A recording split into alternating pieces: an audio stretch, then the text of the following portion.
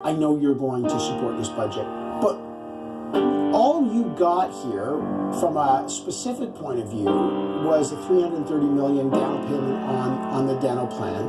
I know that's important. Why was that enough to make this deal work for you and support the budget? Well, that's not all we got, but it's not something we can underestimate the impact.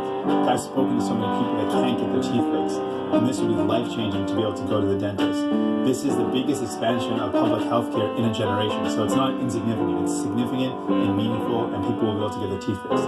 On top of that, we push for massive improvements on the affordable housing front. The definition of affordable housing, as per the Liberals, would mean that in a city like Montreal, that $2,200 was considered affordable. With our new definition that we brought in, affordability has dropped to under $800. That's a significant change. And before, the buildings would only have 20% of affordable units. Now we double that to 40%. So that definition is also a game changer. Okay, let's talk about housing then, because it's key.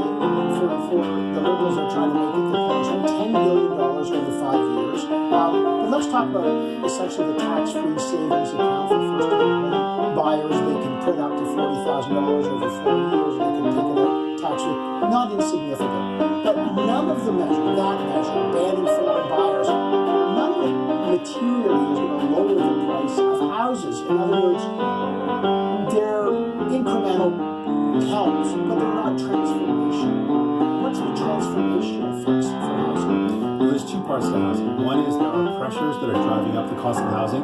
Housing has become more commodified, and that's something we've got to tackle. So ways to do that, getting at property flipping, looking at the capital gains around people who have secondary or third homes, not the primary residence, but looking at capital gains. It's incentivizing using property as a stock.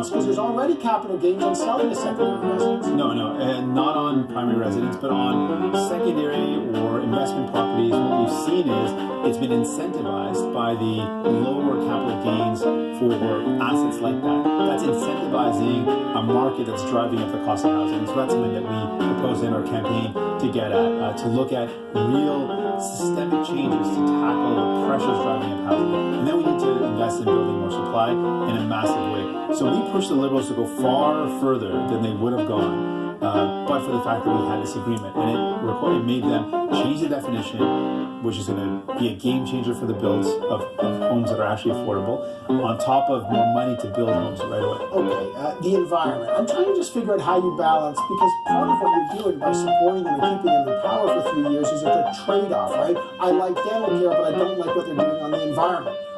Two things on the environment. One, they just gave approval to Bay du Nord, the deep water drilling off Newfoundland and Labrador. That'll, when it comes online in a number of years, 3, 4, 5 years, 200,000 barrels of oil a day. Yes, it's low-cost emissions to extract, but they still got burning emissions. That's a different. And two, they've got very big subsidies for carbon capture and storage units. That's a huge part of this budget. You don't support those things, so how do you support this government keeping them in power? I'm going to continue to say it's wrong. I'm going to say that approach is wrong, that we believe very strongly public money should go to workers, should go to renewable and clean energy, and should not be going to subsidizing profitable oil and gas companies. But what you're suggesting is when people are telling us they want Ottawa to work, they sent us here just 6 months ago to get help to people. We got dental care, the biggest expansion of public health care in a generation, that the only way we can do anything is to then force an election where people will spend weeks and weeks dealing with that instead of getting help that they need. I don't accept that. I don't think that's the only way we can get help to people. But you're making a choice in doing that. You're saying, look, I want to force them to get dental care or pharmacare, and by your own admission, the cost is to the environment. So you're making a choice here. You're saying, the choice where the Liberals are making a choice. Well, wait, the Liberals, they are in government. Credit for their policies when you like them. Absolutely you can. And then not take credit when you don't. That's exactly what we're going to do. But you keep it in power. Okay, you think the Canadians want to go to an election just 6 months after? You think that would be respectful to the I'm just choice? saying, it's not Let me finish. But let me finish. Let me finish my thought. Who's in government right now? The Liberals are government. They make choices, and that's their decision. We look at the opportunity that we have to get people help. If the Liberals are bad in the environment, the Liberals are bad on the environment. If we're getting dental care, that's expressly and clearly because we made them do it. They just voted against it, and now we made it happen. Right now, the Prime Minister and the government are making decisions. That's their decision. We use this position to get people the help they need, and we're critical of bad decisions, and we will raise those concerns. But I think it's important to explore, because the confidence and supply agreement that you struck with the Liberals will keep them in power for 3 years, right? That means those are critical years when it comes to the environment. If it's so important to you and you don't like subsidies, you're propping up a government that does carbon capture and storage. You just propped up a government that did Bay du Nord. A lot of people like that. You don't, though. How are you absolving yourself from responsibility? It's your agreement to keep them in power. There's no question that we would make different choices if we were in government. But given the opportunity we have right now to get dental care to people, to help them find a home that's in their budget, there's no question in my mind that that is the right thing to do, to fight to get people the help they need. And we'll continue to fight on things that we disagree on. We're going to continue to oppose their decisions and raise concerns about things like the increasing subsidies to profitable fossil fuel companies instead of increasing investments in renewable energy. We will raise those concerns. But is your, just last question, because I think the politics of this is interesting, is your leverage on that stuff kind of weak? Because now that they've made the deal, the $330 million they gave for dental care, they say, well, Jed Meese can say all he wants about the environment. We've got anyway, and your leverage goes from here, and immediately it goes to nothing because you have no political leverage over it. Well, really, at the end of the day, this is about what people chose. People chose a government. I respect the choice of people. I don't agree with the decisions that this government's making, but people chose this government in a full and fair election. In this context of a minority government, when we were just voted into power months ago, I'm going to look for every opportunity to help people out. And I think it would be irresponsible 6 months after an election to say, okay, now we're going to plunge the country into another election when we're dealing with the cost of living going up, when we're dealing with a war that makes us all feel less safe, and when we're dealing with a pandemic still. I think the responsible thing to do is to get help to people and to use our power to deliver it, and that's what we do. Okay, I got to leave it there. Always a pleasure. Thank you, sir. Thank you. 174 members have recorded their votes in favor of the resolution. Consequently, the resolution for vote of no confidence against Mr. Imran Khan, the Prime Minister of Islamic Republic of Pakistan, has been passed by a majority of the total membership of the National Assembly.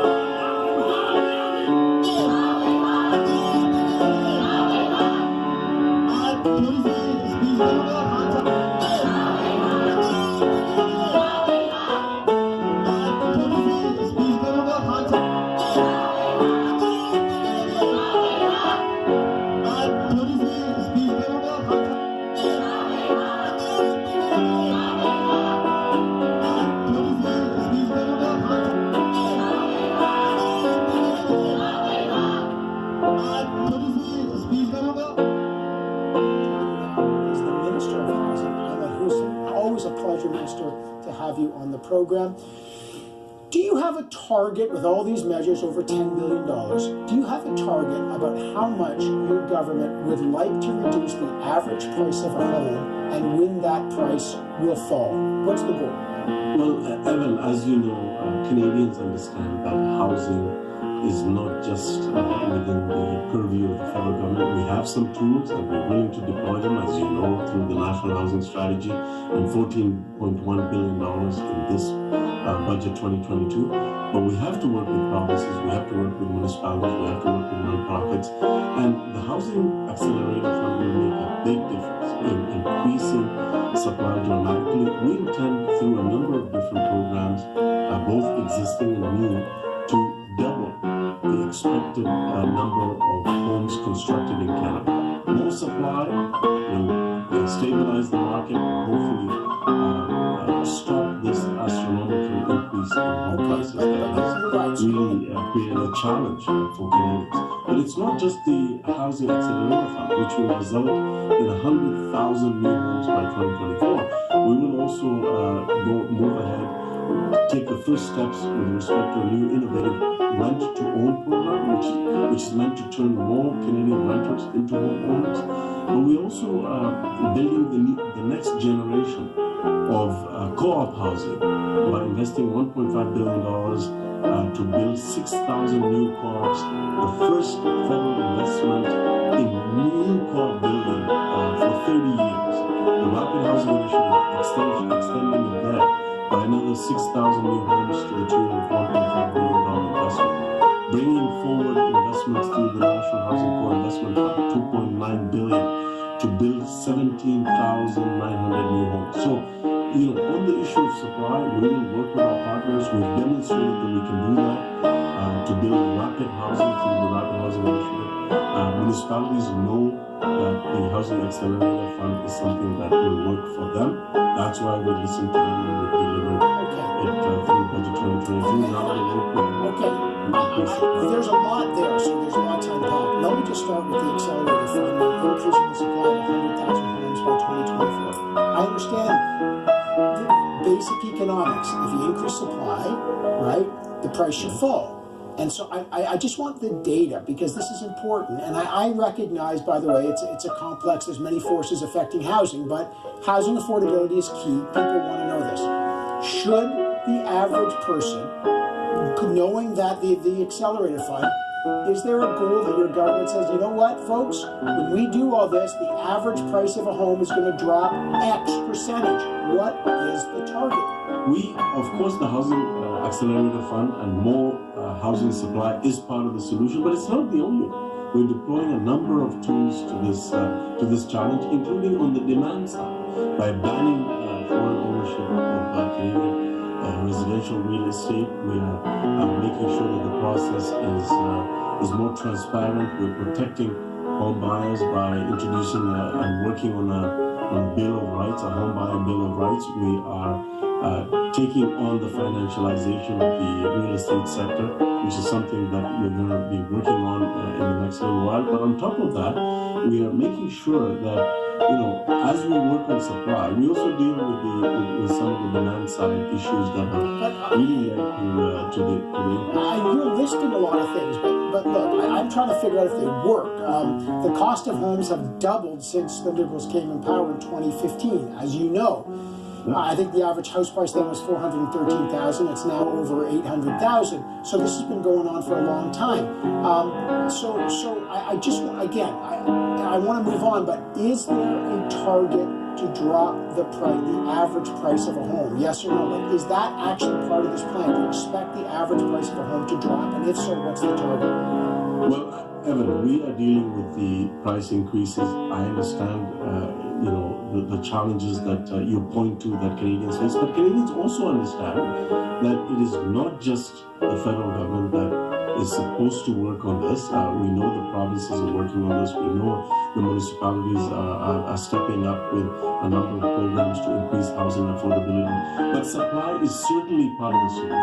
It is not the only solution, but dramatically increasing supply will have an impact on housing. So people should expect them, if you're saying that the house price to drop because of the supply. Let me talk about the first-time home buyers, a tax-free savings account up to $40,000. Look, there are some saying this will have an adverse effect.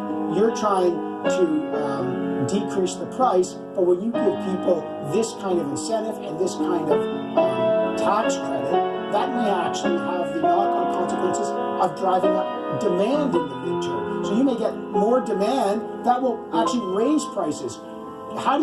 Are these measures acting at cross purposes, increasing demand while trying to drive down price?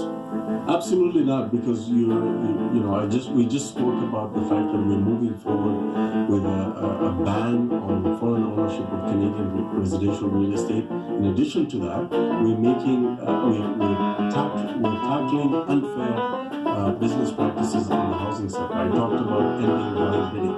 We also need to recognize that we will be taking on new measures to tackle house flipping. So making sure that those who sell a newly acquired home before the end of 12 months, within a year, will be charged taxes equivalent to business income. So there's a number of tools that ministry, like the banning of quote foreign buyers, and there's lots of loopholes there. They tried that in BC. I spoke to the former premier there. It had very little impact. 2 or 3% of the market there ended up being quote unquote foreign buyers, and it actually really drive down house prices at all. I just wonder, is that one of those things where it looks like you're helping, but materially it actually has almost no impact at all? I don't know that. But Evan, you're only focusing on that particular measure. That is one measure. We also spoke about the fact that we're tackling people who flip homes within a year, and instead of using homes as a place to live and build families and enable them to be accessed by Canadian families, you have folks flipping homes before 12 months. We will be tackling that. We will be tackling that issue by treating that differently from folks who transfer ownership over an extended period of time. That will have an impact on price increases. Supply will have an impact on price increases. All right, there's lots there. Always good to have you on really the centerpiece of the budget, Housing Minister Ahmed Hassan. Always a pleasure, sir. Thank you. Thank you so much, Evan. Great to see you again. Do not critique the pharmaceutical industry. There's nothing to see there. And if you question them, you are a conspiracy theorist. Let's have a look at the British Medical Journal. Those wacky conspiracy theorists have been looking at evidence-based medicine. The conspiracy theorists.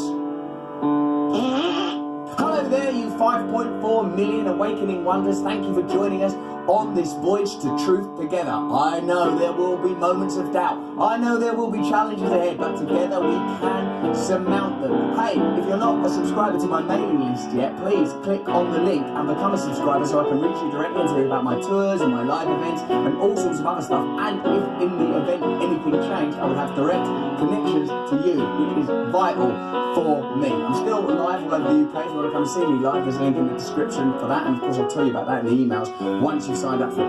Let's have a look at this interesting story from the British Medical Journal. Now, a lot on this channel we talk about medicine, policies around medicine, regulations around the pandemic, for example. Always careful only to convey information that's been published elsewhere in reputable publications, some of which you consider to be most dubious because they're what you would refer to as the legacy or corporate media. But in this case, we're looking at the British Medical Journal, who are talking about evidence-based medicine. And we'll be asking, do you think an industry that spends $5 billion a year on advertising sometimes doesn't face diligent criticism from the media that they basically fund? In 2020, the pharmaceutical industry spent $4.5 billion on advertising on national TV in the United States, representing a shift in spending compared to the 2019 pre-COVID market. That's interesting.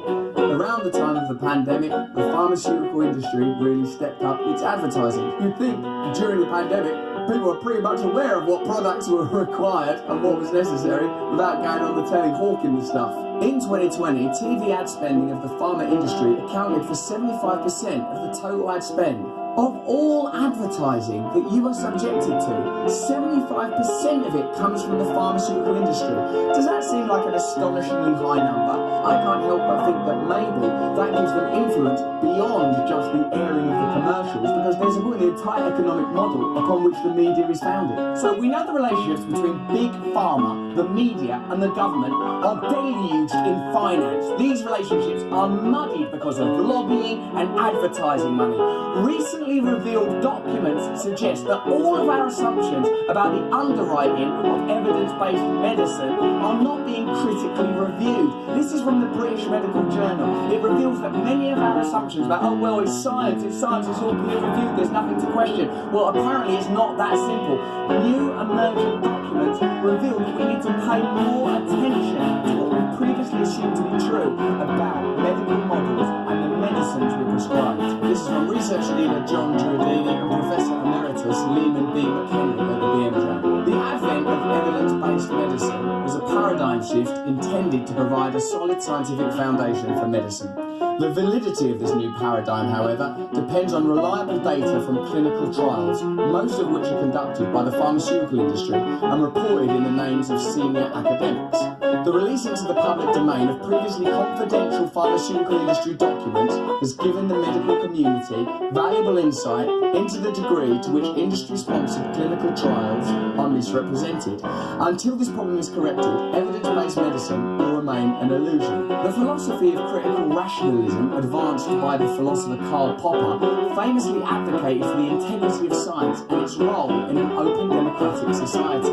A science of real integrity would be one in which practitioners are careful not to cling to cherished hypotheses and take seriously the outcome of the most stringent experiments. What I like about that sentence is remember, if you can, the atmosphere around the pandemic. Trust the science, follow the science. It was used as ideological leverage to create compliance. Because, of course, if something is empirically, definitely, indubitably true, there's no point in questioning it. If we're dealing with absolute facts, then we can relax. These are the facts, this is what you have to do, these are the medicines you have to take, we've done the science, we've done the research, there's no other factors at play, no one's trying to make money, no one's trying to get undue power or influence. Yet that's what I suppose science, diligently undertaken, affords us, a kind of certainty. But we have to, of course, have faith and trust that these scientific models are in the hands of people that are behaving with moral integrity, not just using the veil of science and the language of science to pursue a particular agenda. Let's look more deeply at what's been revealed through these documents to see if these questions in this line of inquiry are valid. This ideal is, however, threatened by corporations in which financial interests trump the common good. Medicine is largely dominated by a small number of very large pharmaceutical companies that compete for market share, but are effectively united in their efforts to expanding that market. The short-term stimulus to biomedical research because of privatisation has been celebrated by free market champions, but the unintended long-term consequences for medicine have been severe.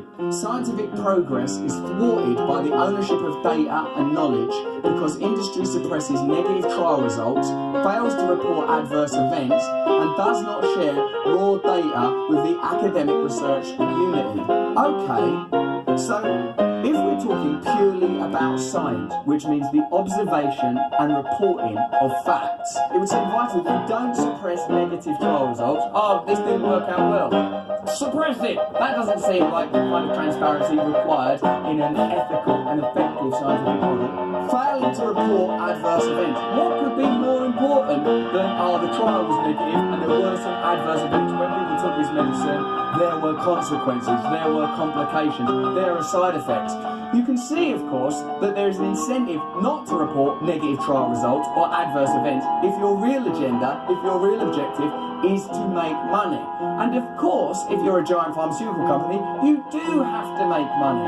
So we're not talking about science anymore, we're talking about a corporate agenda. What's being revealed is that science, in this context, is a subset of a drive for profit. And if the real intention is the accumulation of wealth and the accumulation of power, then the scientific veil becomes obfuscating rather than transparent. Patients die because of the adverse impact of commercial interests on the research agenda, university and regulators.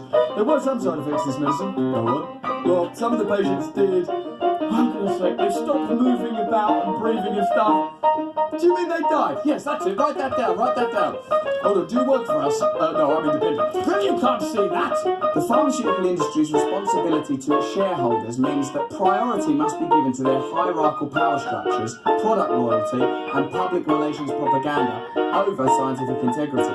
Although universities have always been elite institutions prone to influence through endowments, they have long laid claim to being guardians of truth and the moral conscience of society. Don't you think whenever you see like universities and like on the telly, there's people in mortarboards and black capes and sort of busts and like all those like Hogwarts and Harry Potter. Ah, look at our prestigious institutions. That pageantry is meant to suggest authority and integrity, like the British royal family. Look at our ermine robes, look at our crowns. But often, in my opinion, pageantry, livery, and the paraphernalia of authority and power is often there to mask the real agenda. In this case, there are entrenched financial interests that are being represented behind all them wacky mortarboards and all those ceremonies and robes and silks and all that pride. I'm not saying that university and all academics and professors are all liars and pathos, but I'm saying that when you hear the word university, it's a kind of brand. You get a kind of brand recognition that brings about trust and authority, just in the same way that Coca-Cola or Nike or Facebook elicits a certain response. Well, in some cases, the nature of their funding suggests that we could be a little more circumspect before assuming that these are institutions of integrity, because they're influenced through their funding in the same way that a congressperson might be influenced through lobbying. But in the face of inadequate government funding, they have adopted a neoliberal market approach, actively seeking pharmaceutical funding on commercial terms. I've said many times to you before that we live in a deeply entrenched ideological system, so vast and all-encompassing that we are unable to analyse it because we are immersed within it. Universities are now a subset of neoliberal ideology. Their funding means that their priorities can no longer be epistemological integrity. They have to do what's necessary for them financially. As a result, university departments become instruments of industry. Through company control of the research agenda and ghostwriting of medical journal articles and continuing medical education, academics become free agents for the promotion of commercial products. When scandals involving industry-academe partnerships are exposed in the mainstream media, trust in academic institutions is weakened and the vision of an open society is betrayed. The corporate university also compromises the concept of academic leadership. Deans who reach their leadership positions by virtue of distinguished contributions to their disciplines have been replaced with fundraisers and academic managers who are forced to demonstrate their profitability or show how they can attract corporate sponsors. In medicine, those who succeed in academia are likely to be key opinion leaders, KOLs in marketing parlance, whose careers can be advanced through the opportunities provided by industry. Potential KOLs are selected based on a complex array of profiling activities carried out by companies. For example, physicians are selected based on their influence on prescribing habits of other physicians.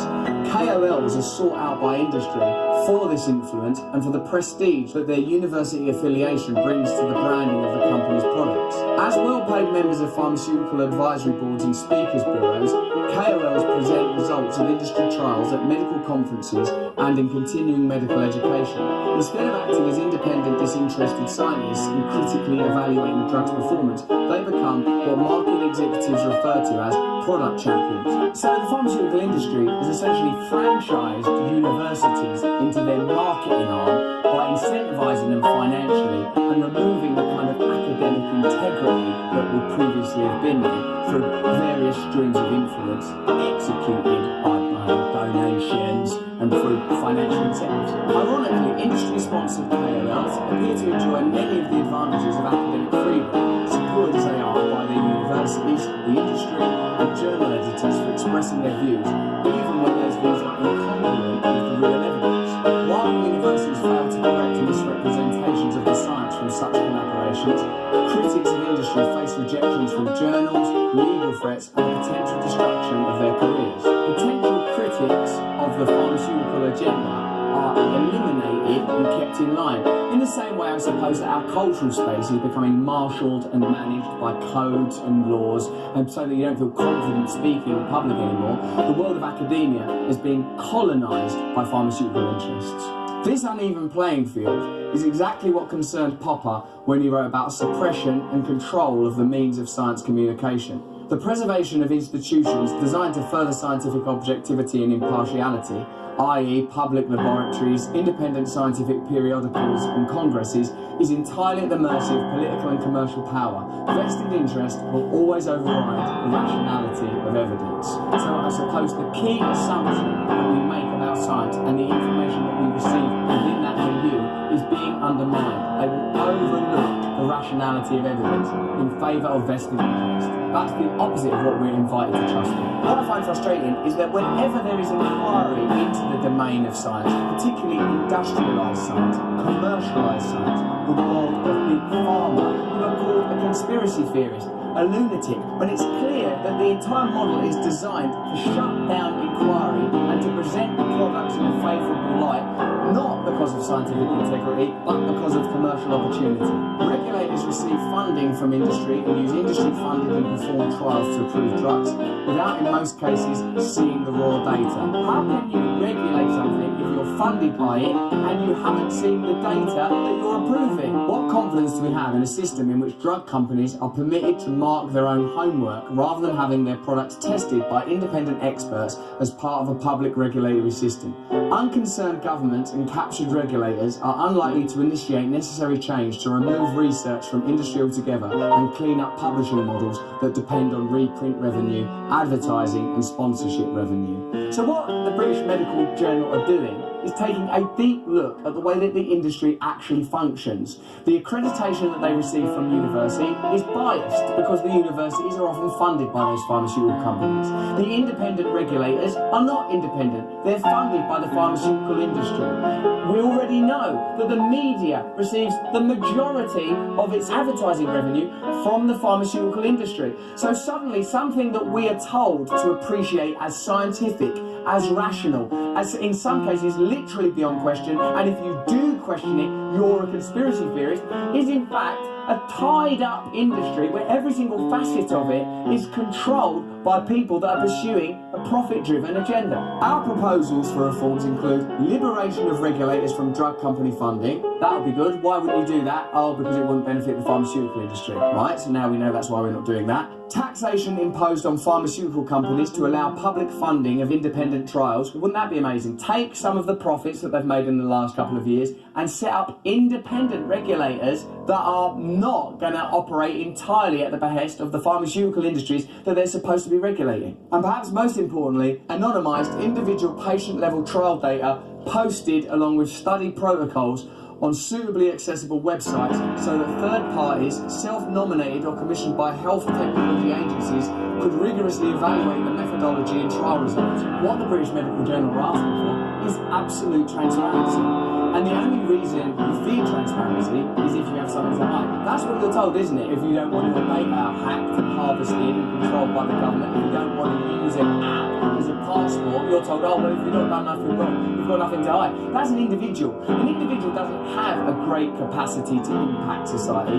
Pharmaceutical giants spending that much money, wrapping up their own regulation, wrapping up academia, controlling the media through finance, do potentially have a lot to hide. We require transparency of them. We require the kind of regulation that's being pitched here. And if that regulation isn't being imposed, you know why it is. Because the people that govern the pharmaceutical industry, whether it's at a localised industrial level, or at a governmental level, or at a global level, all have ties to the pharmaceutical industry, either at the level of people who are on the same boards or used to work there, and never going to impose that kind of regulation. The reason I appreciate this article is because we're continually told a lot of things are bad, a lot of things are terrible, this is the best we can do, this is the best of all possible alternatives. What do you want, to live in communist Russia or communist China? No, I would like the pharmaceutical industry to be properly regulated. And as the British Medical Journal have just laid out, there are means by which that could be done. With the necessary changes to trial consent forms, participants could require trialists to make data freely available. The open and transparent publication of data are in keeping with our moral obligation to trial participants,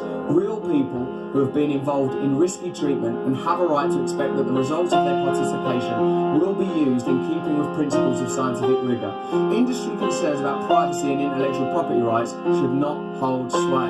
What a fantastic insight from a credible and authentic publication that offers genuine suggestions for meaningful change. Do you see how when you open up this line of inquiry, the nature of the attacks that you will receive, you as individuals, us as a channel, anybody that criticises this methodology, is that you are the problem. You are a conspiracy theorist. But the way that that's laid out shows that there is a necessity for transparency, a necessity for inquiry.